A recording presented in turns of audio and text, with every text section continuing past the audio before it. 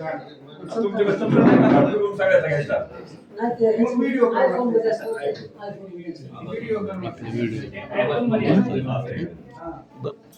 सगळं घेऊन एक फोटो. चला चलाच बोला बस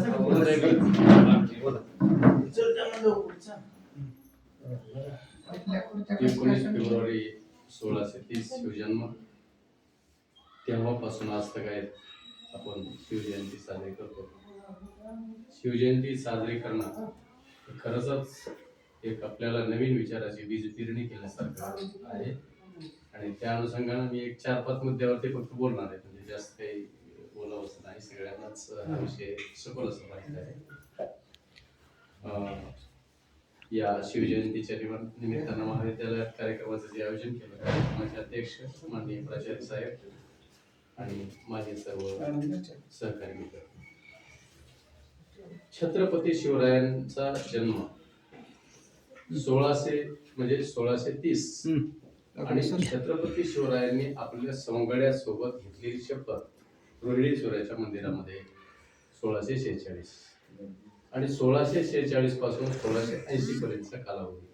विशेषतः तोही राजा म्हणून नाही, राजा म्हणून जो कालावधी मिळाला तो फक्त 6 जून 1674 ते 1680, म्हणजे 74 आणि 80 एवढ्याच कालावधीमध्ये एवढं विधायक कार्य कुठल्याही राजकर्त्यांना आतापर्यंत केलेलं नाही. आणि हे खास उल्लेखनीय गोष्ट मांडण्यासाठी आणि त्यांच्यामध्ये तेवढे बीजाची तेवढ्या चांगल्या गुणाच्या बीजाची पेरणी करण्याचं श्रेय त्यांच्या मातुश्री आणि त्यांच्या पित्याकडे जातं. त्यांचे 5 मुद्दे या ठिकाणी लक्षात घेण्याजोगे आहेत.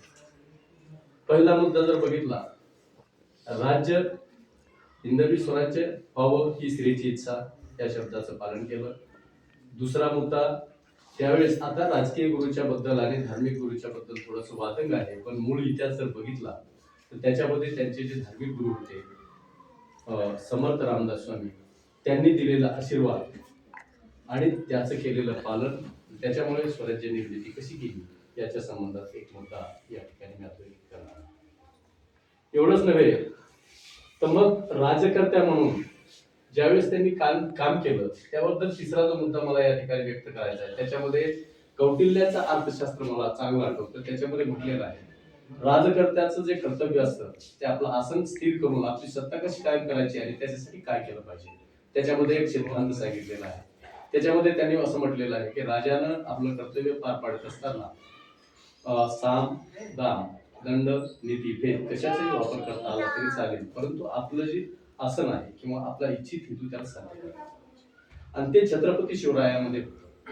चौथी गोष्ट आहे की शत्रू प्रबळ असताना, एका जागीरदाराचा पुत्र म्हणून काम करत असताना एवढ्या सत्तेच्या विरोधामध्ये स्वतःचं अस्तित्व निर्माण करणं ही काही साधी गोष्ट नव्हती. वडिलांना कित्येक वेळेस अडकवण्याचा प्रयत्न केला, त्या संकटातून त्यांना सोडून 2 पावलं मागे सरकून देखील विजय शत्रूवर मिळवण्याचं काम या छत्रपती शिवरायांनी. ही गोष्ट देखील मला या ठिकाणी महत्वाची वाटते, त्याबद्दल मी थोडंसं बोलणार. आणि एवढंच नव्हे तर शेवटी 1680 मध्ये या महापुरुषाचा जो अंत झाला 1680 मध्ये, तर अंत होत असताना हा इतिहास केव्हाचा आहे, 16व्या 1630च्या काळातला. आज कितवं शतक आहे आणि तरी देखील आपल्या इतिहासाची मांडणी ही आपल्या भारतीय लोकांनी कधीच केलेली नाही. खरा मराठ्यांचा इतिहास हा मराठ्यांनी कधीच लिहिला. हा मराठ्यांचा इतिहास जो लिहिला तो ग्रँड डफ आणि एल्फिस्टन इंग्रजांच्या अधिकाऱ्यांनी सर्वप्रथम लिहिला. आणि त्यांनी लिहित असताना या इतिहासामध्ये त्यांच्या पद्धतीनं त्यांना वाटलं आणि त्यांच्या सोयीचं साम्राज्यवादी दृष्टिकोनातून मराठ्यांच्या इतिहासाचं लेखन केलं. त्यांनी या देशावर जर राज्य करायचं असेल, इथल्या लोकांच्या एतदेशीयांच्या भावना जिंकायच्या, त्यांच्या भावनेला हात घालायचा आणि मग त्यांच्या भावनेला जर हात घालायचा असेल तर त्यांचा जिव्हाळ्याचा इतिहास कोणता आहे तर शिवाजींचा. आणि म्हणून त्यांनी तो इतिहास रेखाटण्याचा प्रयत्न केला. त्याच्यामध्ये शिवाजीच्या राज्याला त्यांनी लुटारूचं राज्य म्हटलंय, शिवाजीचं उदयाला राज्य जंगलात पेटलेलं वळवा म्हटलंय. आणि मग हे कित्येक वर्ष चाललं आणि ग्रँड आणि एल्फिस्टनला प्रत्युत्तर देण्यासाठी आपल्या भारतीय इतिहासकारांनी इतिहासाची मांडणी केली. आणि त्याच्यामध्ये सर्वप्रथम न्यायमूर्ती रानडे, के टी तेलंग असे काही इतिहासकार आहेत, त्यांनी त्या इतिहासाची पुनर्मांडणी केली. आणि मग इतिहास कसा आहे, तो मूळचा इतिहास त्यांनी rise of the Maratha power, decline of the Maratha power आणि growth of the Maratha power या 3 ग्रंथातून मांडण्याचा प्रयत्न केला. परंतु त्याच्यातूनही त्यांच्या आयुष्यामध्ये एकच ग्रंथ पूर्ण झाला होता, तो आज मूळ स्वरूपात पूर्ण आहे, तो म्हणजे rise of the Maratha power, न्यायमूर्ती लांडे. तर याच्यामध्ये मग कशा पद्धतीने झालं याच्याबद्दलचं त्याचं नियोजन आहे. परंतु आपणाला एवढ्या काही सविस्तर खोलात जायची गरज नाही. आपणाला काही 4-5 मुद्दे या ठिकाणी हे करायचे आहेत. त्यांनी मातोश्रीचा जसा आदर केला तसा गुरुचा आदर केला आणि लोकभावना जपल्या. अन्यायाविरुद्धची लढाई त्यांनी यशस्वी केली. आणि म्हणूनच त्यांच्या स्वतःच्या प्राणाला म्हणजे सहकार्याने स्वतःचा प्राण धोक्यात घालून आपल्या राजाचा प्राण राखला. राजा जर जिवंत असेल तर हे राज्य व्यवस्थित होऊ शकतं. हे गुण कुणाकडून आले? छत्रपती शिवाजी राजाकडूनच त्यांच्याकडे आले होते. ही गोष्ट देखील उल्लेखनीय आहे. बघा तुम्ही आता उदाहरण तुम्हाला जर लक्षात घ्यायचं असेल तर बाजी प्रभू देशपांडे असेल, तानाजी मालुसरे असेल, हे मोहिमेवर जात असताना तानाजी मालुसरेने तर आपल्या मुलाचं लग्न बाजूला ठेवून किल्ल्यावर गेले आणि त्या ठिकाणी शहीद झाले. परंतु ते झाल्याच्या नंतर त्याच्या मुलाचं लग्न करून देण्याचं काम आणि त्याच्या आयुष्यभर त्याला सांभाळण्याचं काम राजाने केलं. म्हणून ते जीवाला जीव देणारे सवंगडी तयार झाले ना. म्हणजे लोकांची काळजी त्यांनी घेतली म्हणून लोकांनी त्यांना सगळे असे कित्येक उदाहरण आहेत. पण सगळ्या उदाहरणाची या ठिकाणी चर्चा करावी असं मला वाटत नाही. दुसरी गोष्ट, संत महात्म्याचा आदर, गुरुचा आदर त्यांनी कशा पद्धतीने केला याबद्दलचं एक उदाहरण. छत्रपती शिवाजी महाराज ज्यावेळी समर्थ रामदास स्वामींच्या दर्शनासाठी गेले त्यावेळी ते सिंगणवाडी नावाचं एक ठिकाण होतं आणि त्या ठिकाणी एक मंदिर होतं. त्या ठिकाणी समर्थ रामदास स्वामी राहायचे. आणि मला बोलू द्या तुमच्या नंतर मला गेले. आणि त्याच्यानंतर मग तिथं गेल्याच्या नंतर त्यांनी तिथे आशीर्वाद घेतला त्यांचा. आणि आशीर्वाद घेतल्याच्या नंतर ज्यावेळेस त्यांच्या पुढे ताट ठेवण्यात आलं त्या ताटामध्ये 3च वस्तू ठेवल्या त्या यांनी म्हणजे त्यांच्याकडून. त्याच्यामध्ये होते खडे, मुठभर, घोड्याची लीद होती आणि मग माती होती. 3 वस्तू. मग त्यावेळी त्यांनी विचार केला की मग हे का ठेवलं असेल. ते त्यांना तिरस्कार कधीच वाटला नाही. त्यांनी लोकभावना जपण्याचं काम केलं होतं. त्यांनी सांगितलं, त्यांनी असं गहाय धरलं की हे जे मुठभर खडे आहेत ते किल्ल्याची भरभराट होण्यासाठी आहे, तुमच्या राज्याची भरभराट हो अशा रूपाचा आशीर्वाद. ही जी मुठभर माती आहे तुमच्याकडे पृथ्वी पादाक्रांत करण्याची ताकद निर्माण हो. एवढंच नव्हे तर घोड्याची लीद आहे, घोडदळ तुमचं प्रभावी असो आणि तुम्हाला विजय मिळतोय असा तुम्ही विजय मिळवावा अशी अपेक्षा त्यातून व्यक्त केली. आणि मग त्याच्यानंतर त्या गोष्टीनंतर त्याने ते सुद्धा पालन केलेलं आहे. याच्यानंतर जर पुढचा इतिहास जर आणखी अधोरेखित करायचं बघितलं तुम्ही तर त्याच्यापेक्षा कितीतरी खिसे आहेत. छत्रपती शिवाजी महाराज कधीही अंधश्रद्धेला मानणारे नव्हते, परंतु लोकांची नाडी ओळखणारे महान नायक होते. त्यांनी अफजल खानवर 10 नोव्हेंबर 1659 प्रतापगडाच्या पायथ्याशी जरीच्या टेंब्यावर जेव्हा गडून आला त्यावेळी बळी बेगम साहेबा नावाची एक स्त्री होती, मोहम्मद शहाची पत्नी. आणि तिनं सांगितलं होतं की छत्रपती शिवाजी राजाला जिवंत किंवा मारून तुम्ही कशा पद्धतीने आणायचे ते माझ्याकडे आणून द्या. आणि त्याने बक्षीस ठेवलं होतं. ते बक्षीस तो विडा त्या अफजल खानानं उचलला होता. आणि मग अफजल खानाला शिवाजीला कशा तरी पद्धतीने निघून तिथं पोहोचवायचं होतं किंवा त्याला नष्ट करायचं होतं, त्यांना नष्ट करायचं होतं. या पद्धतीने तो चालला होता. त्याला अनेक प्रयत्न करून पाहिले पण शिवाजी राजे कोणत्याही मोहाला बळी पडलेले नाही. सगळे प्रश्न त्यांनी सोडून घेतले. मी जास्त उहापोह करत नाही पण शॉर्ट मध्ये मी ते सांगण्याचा प्रयत्न होतोय. आणि मग शेवटी काय झालं की आता तो हुतावेळ झाला. छत्रपती शिवरायांचा संयम कायम आहे पण खानाचा संयम मात्र आता तुटलेला आहे. त्याला वाटलं की मी कुठल्याही पद्धतीने जाईल आणि छत्रपती शिवाजी महाराजांना नष्ट करेल. परंतु शिवाजी महाराजांचं गुप्तहेर खातं इतकं प्रभावी होतं की त्यांनी आधीच कल्पना जाणून घेतली. दहिक्याचं स्वरूप घेऊन एक व्यक्ती म्हणजे स्वतः छत्रपती शिवाजी महाराज गेले आणि त्याने पाहिलं आणि शत्रूला जवळून पाहिल्यावर भीती नष्ट होते असा एक संकल्प त्यांच्याकडे असावा कदाचित. आणि मग त्यांनी बघितलं आणि त्याच्यानंतरही ते गाफील राहिले नाही. त्यांनी चिलखत घातली, चिलखतीचा वापर केला. सोबतच भीतीचं नाटक देखील केलं होतं. त्यांनी सांगितलं होतं की मला तुमची भीती वाटते, तुम्ही फार धाडदीपणा आहात आणि तुमच्या ताकदीपुढे माझं काही निभावं लागणार नाही. अक्षर भीती वाटत नव्हती परंतु तसं नाटक केलं. आणि मग त्या मोहिमेकडे जाण्याच्या पूर्वी आपल्या सैन्याला बोलवलं आणि सैन्याचा मनोदय देखील जाणून घेण्याचा प्रयत्न त्यांनी केला. हा मनोदय जाणून घेत असताना सैनिकाची खचलेली मन हे त्यांच्या लक्षात आली. चेहरा वाचणारे एक महानायक महापुरुष म्हणजे छत्रपती शिवराय. त्यांनी त्यांच्या चेहऱ्याकडे बघितलं, त्याची मानसिकता खचलेली दिसली सैनिकाची, आणि त्यांनी सांगितलं की कसं करायचंय हो, आपल्या सहकार्याचा सल्ला घेत होते, कसं करायचं. ते म्हणले की शत्रू फार प्रबळ आहे, आपल्याला काही विजय मिळवता येणार नाही.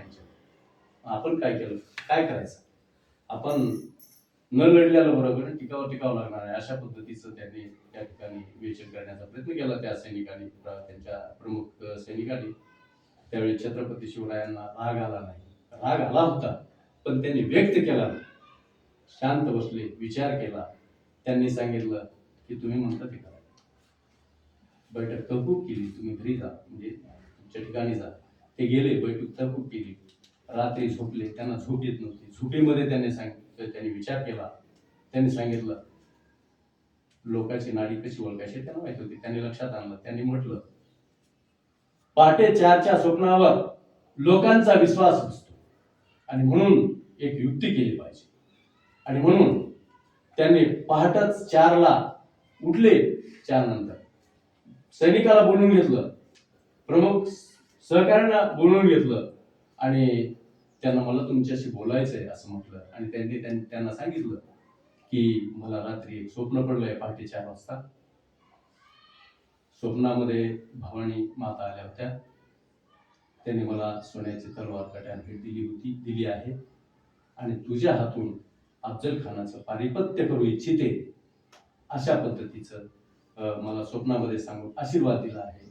मला तर लढण्याची इच्छा नाही, कारण शत्रू प्रबळ आहे असं तुम्ही म्हणता. मी काही एकटा लढू शकत नाही, काय करायचं. सैनिकांची मन प्रफुल्लित झाली, आनंदी झाली. ते म्हटले की रात्री पहाटे पडलेली स्वप्न नक्कीच खरी असतात आणि म्हणून आपण काय केलं पाहिजे, लढलं पाहिजे, आपण प्रयत्न केला पाहिजे. आणि लढण्यासाठी तयार झाले. तरी देखील सिलकतीचा वापर, तरी देखील प्रतापगडाच्या पायथ्यावर बसल्या बसल्या जनीच्या टेंब्यावर काय चाललंय याची माहिती. त्याचबरोबर केवळ 10 अंगरक्षक सोबत, दगा फटका झाला तर आपल्यासोबत 10 अंगरक्षक आणि त्याच्या सोबत 10 अंगरक्षक. शामियाना जाताना सावधगिरी. आणि मग ज्यावेळेस शामियान्यामध्ये प्रवेशासाठी निघाले त्यावेळेस खात्री केली. आणि एवढंच नव्हे तर ज्यावेळेस हे शत्रू येणार आहे तो गाफील राहिला पाहिजे म्हणून त्या ठिकाणी त्यांनी भेटवस्तू देण्यासाठी, नजराणे देण्यासाठी सोने, चांदी, कापड, चोपड काय जे असेल ते असेल यात्रेच्या स्वरूपाचे व्यापारी त्या ठिकाणी बोलवले होते. त्यांना देखील त्या ठिकाणी बोलवलं होतं आणि शत्रूला खुश ठेवलं होतं. इतिहासकारांनी वर्णन केलंय. आता अतिशयोक्ती म्हणण्याचं कारण काहीच नाही, कारण इथे कसं आहे, इतिहास हा तुमच्या समोरचा आणि माझ्या समोरचा नाही. इतिहास हा 16व्या शतकातला आहे, त्याच्यावर वादंग झाला आहे. पण ज्या काही गोष्टी आहेत त्या या ठिकाणी आपण मांडल्या पाहिजे. त्याच्यामध्ये त्यांनी सांगितलंय की शत्रूला जर खुश ठेवायचा असेल तर त्याला आपल्या मनातली कल्पना आली नाही पाहिजे. आणि रस्त्यानं चालताना अरुंद वाटेवरून जेव्हा हाती चालत होता असं म्हटलेलं त्या इतिहासकारांनी वर्णन केलं. कारण हिस्ट्री जे सायन्स आहे, हिस्ट्री जे आहे ना, हिस्ट्री हा सायन्स विषय नाही, हिस्ट्री ही कला देखील आहे. इतिहासात जेव्हा तुम्हाला एखादी गोष्ट वाचायची असेल ना, ती मनोरंजनात्मक वाटली पाहिजे, लोकांच्या मनाला भावली पाहिजे आणि ती पटली पाहिजे, तरच इतिहास वाचला जातो. आणि जेव्हा तुम्हाला म्हणजे इतिहासामध्ये वस्तुनिष्ठ आणायची आहे त्यावेळेस 2+2 = 4 त्या ठिकाणी घटनेच्या वेळी तो भाग असतो. आणि म्हणून इतिहासकाराची मांडणी आणि लोकांनी वाचावा याचा उद्देश डोळ्यासमोर ठेवून हिस्ट्री जे सायन्स आणि हिस्ट्री जे आहे ना, आर्ट असतो, बरोबर. आणि म्हणून त्या ठिकाणी इतिहासकारांनी कदाचित त्या अतिशय केलेलं असेल, पण इतिहासामध्ये मांडणी त्याच्या पद्धतीची आहे. आणि मग ज्यावेळेस ते हत्ती पुढे चालला त्याला 2च सैनिक पुढे जाऊ शकत होते, एवढीच आनंद वाट. आणि हत्तीची सोंड जेव्हा हलत होती त्यावेळेस त्या दरीमध्ये सैनिक घुसून पडत होते असे इतिहासकारांनी वर्णन केले. एवढंच नव्हे तर भेटीचा प्रसंग सुरू झाला. खानाने आपले भाऊ पसरले, खिजवा खिजवीचे प्रकार होते. हा फुटका दिसतोय तो कोण आहे, खान म्हणाला. तितक्याच चपलतेनं शिवाजी राजांनी देखील त्याला उत्तर दिलं होतं. आणि ज्यावेळेस भेटीसाठी आपले भाऊ पसरले अफजल खानाने, तो धाडदीपाड अफजल खान उठून उभा राहिला सिंहासनावरून, त्यावेळेस आपल्या डाव्या काखेमध्ये त्याची मान जकडली गेली. आणि मग छत्रपती शिवरायांनी तर चिलकत होती जकडली गेली. आणि खानाने जेव्हा छोटासा वार केला तेव्हा वरचं भुजरी शर्ट होतं ते फाटलं गेलं. त्याचं लक्षात आलं छत्रपती शिवरायांना. आणि म्हणून मग शिवाजी राजांनी काय केलं की खुनाचा बदला खून, म्हणून आपली वाघनखे काढली आणि खानाच्या पोटामध्ये खुपसली. खान दगा म्हणून पळू लागला. जेव्हा खान पळाला तेव्हा भुई त्याच्या मागे हे होते, तर त्या सय्यद बंडा वगैरे त्याचा वरच्यावर हात छेडला होता जेव्हा म्हणून वाचलं शिवा अशा पद्धतीच्या मध्ये वगैरे तयार झाल्या. याच्यामध्ये थोडासा अतिरंजित भाग असेल, परंतु 1674 पर्यंत छत्रपती शिवाजी राजांना राजा मानायला आपण तयार नव्हतो, म्हणजे समाज तयार नव्हता. तुम्ही स्वतःला राजे म्हणत असाल, आम्ही तुम्हाला राजे मानत नाही असं स्वकीय म्हणत होते. चंद्रराव मोरे जावळीचे प्रभावी मराठाच होते ना, क्षत्रियच होते ना, परंतु आम्ही राजे आहोत असं म्हणत होते. तुम्ही या जावळीला येता जावळी जाता गवळे अशा पद्धतीचे उत्तर ते देत होते. परंतु वाटेमध्ये जर आडवा आला, आपलाही घरचा असेल, आपलाही स्वकीय असेल, आपल्या रक्तातील नातक असेल, तरी तो संपविण्याचं काम छत्रपती शिवरायांनी केलं. आणि म्हणून एकांगी नेतृत्व टिकला आणि या ठिकाणी हिंदवी स्वराज्याची निर्मिती छत्रपती शिवरायांनी. हा इतिहास आपणाला लपवता येणार नाही, तो वास्तव इतिहास. व्यंकोजी राजे स्वतःचे भाऊ असताना, बँगलोरची जहागिरी असताना ज्यावेळेस समोपचारण सांगून ऐकत नाही, त्यावेळेस त्यांचाही समाचार घेतला, त्याचं ते उत्तम उदाहरण. आणि म्हणून त्यांच्या मातोश्रीने महापुरुषांच्या ज्या गोष्टी सांगितल्या लहानपणी, त्यांचं बाळकडू त्यांच्यावर रुजलं होतं आणि त्या स्वरूपानं मातोश्रीची इच्छा. आणि म्हणून यावनी सत्ता किंवा अत्याचारी जुलमी राजवटीला नष्ट करून एका विशाल अशा हिंदवी स्वराज्याची एक राजकर्ता नव्हे तर एक जहागीरदार म्हणून काम करणारे महान नायक राजे शहाजी यांचा पुत्र म्हणून स्वतंत्र हिंदवी राज्याचा निर्माता होण्याचा मान त्यांना मिळाला. ही गोष्ट सोपी नाही. त्या काळामध्ये कितीतरी सत्ता होत्या, त्यांच्याकडे नोकरी करणाऱ्या एका व्यक्तीच्या मुलाने हिंदवी स्वराज्याची निर्मिती करावी काही साधी गोष्ट नाही. आणि म्हणून आज 1680 पासून 2026 पर्यंतचा कालावधी जरी उलटून गेला असला, ते प्रत्येक भारतीयाच्या मनामध्ये छत्रपती शिवरायांच्या बद्दल अस्मिता आहे. छत्रपती शिवरायांच्या बद्दल लोकांच्या मनामध्ये प्रेम आहे आणि ती प्रेरणा ऊर्जा स्त्रोत आहे भारतीयांचा. ही गोष्ट आपल्याला कधीच विसरता नाही. खऱ्या अर्थानं ही तर गोष्ट झालीच, पण एवढे मोठे महानायक असताना 1674 ला राज्याभिषेक झाला, तरी पहिला राज्याभिषेक झाला. या महापुरुषाला दुसऱ्या राज्याभिषेकाची गरज नव्हती, पण लोकांच्या भावना जपणारे ते नेते होते. आणि म्हणून तांत्रिक गट नाराज झालेला होता. पहिला राज्याभिषेक गागाभट्टांनी केला. तो सनातनी धार्मिक पंथीय होता, चांगल्या पद्धतीने झाला. या घटनेचा अनिष्ट घटनेशी संबंध जोडला गेला. जिजाऊचा मृत्यू, बाकीच्या काही अनिष्ट घटना, आणि मग तांत्रिक गट नाराज झाला हे त्यांच्या लक्षात आलं, तर तांत्रिक गटाला देखील आता खुश करावं लागते. ही गरज नव्हती. डॉक्टर बाबासाहेब आंबेडकरांनी त्याची चिकित्सा इतिहासामध्ये केली, तरी देखील हे मान्य नसताना देखील लोकनाडी जपायची असेल, लोकांच्या मनात फुंकर घालायचे असेल, त्यांची मन तेजस्वी करायची असतील, तर मग त्यांना दुसऱ्याही गटाला खुश केलं पाहिजे. आणि 23 सप्टेंबर 1600 मध्ये नंतर मग 23 दिवसांनी तो राज्याभिषेक झाला. आणि त्या ठिकाणी निश्चलपुरी नावाचा ब्राह्मण होता, कितीतरी खर्च झाला. आणि मग 23 सप्टेंबरच्या नंतर तुम्हाला 1674 नंतर किती कालावधी उरला? 74 आणि 6 म्हणजे राजा म्हणून फक्त 6 वर्ष ज्या व्यक्तीला आयुष्य लाभलं, त्या व्यक्तींचा इतिहास पिढ्यानपिढ्या लोकांच्या समोर आहे. ही एक गौरवशाली गोष्ट आहे, तो कधीच न विसरण्यासारखा आहे. आणि त्यांच्या मृत्यूच्या बद्दलही वादंगच आहे.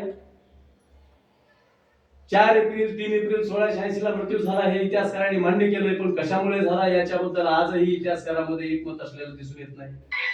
त्यांनी म्हटलंय की त्यांना विष प्रयोग झाला होता, त्यांच्या पत्नीनेच विष प्रयोग झाला. काही इतिहासकारांनी सहनिशा करताना त्यांनी म्हटलं की नाही, त्यांचा मृत्यू हा 3 एप्रिल 1680 ला अँथ्रॅक्स नावाच्या आजाराने, काळपुळी म्हणजे रक्ताची संडास आणि उलटी होऊन 11 ते 12 दिवसांनी ज्यावेळेस मृत्यू होतो अँथ्रॅक्स नावाच्या आजाराने, त्या काळी काळपुळी म्हणजे कुठला तरी आपल्याकडे तो रोग होता, त्यानं त्याचा मृत्यू झाला. अशा पद्धतीचं इतिहासकारांनी मांडणी केलेली आहे. या जयंतीच्या निमित्तानं मला जेवढं माझं अपुरं नॉलेज आहे, एक इथं थोडासा विषय मांडावा या पद्धतीने मांडण्याचा प्रयत्न केला. मला संयोजकांनी या ठिकाणी बोलण्याची संधी दिल्याबद्दल त्यांचा आभार व्यक्त करतो. आणि माझे 2 शब्द संबोधतो.